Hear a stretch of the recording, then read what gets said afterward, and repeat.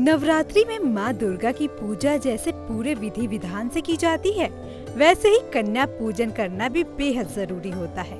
बता दें, नवरात्रि में कन्या पूजन का खास महत्व है। बिना कन्या पूजन से आपकी पूजा अधूरी मानी जाती है।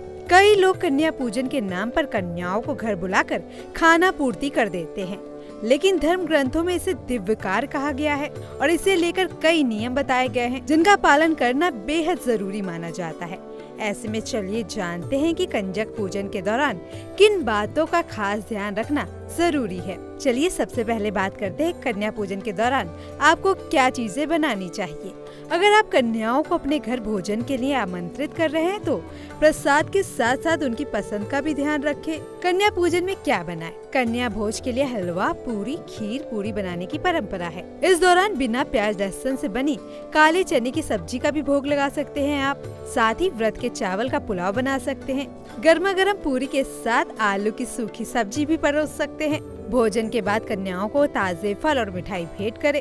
कन्या पूजन के दौरान घर में ज्यादा से ज्यादा केले दिए जाते हैं। ऐसे में आप केले की बजाय सेब या अन्य मौसमी फल भी दे सकते हैं। चलिए अब बात करते हैं कि भोग में क्या बिल्कुल न परोसे।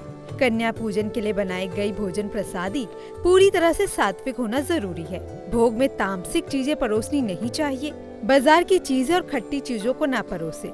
साथ ही पूरी पवित्रता और सच्चे मन से कन्याओं के लिए भोजन तैयार करें। चलिए अब जाते जाते बात करते हैं कि कंजकों की विदाई कैसे की जानी चाहिए। भोजन के बाद कन्याओं को खाली हाथ बिल्कुल ना भेजें। भोजन के बाद कन्याओं को खाली हाथ ना भेजें। घर से कंजकों को विदा करने से पहले उन्हें भेंट देकर उनके पैर जरूर छूने चाहिए। ऐसा कहा जाता है कि कन्याओं के जाने के तुरंत बाद घर की साफ सफाई भी नहीं करनी चाहिए। इससे माँ नाराज हो सकती है।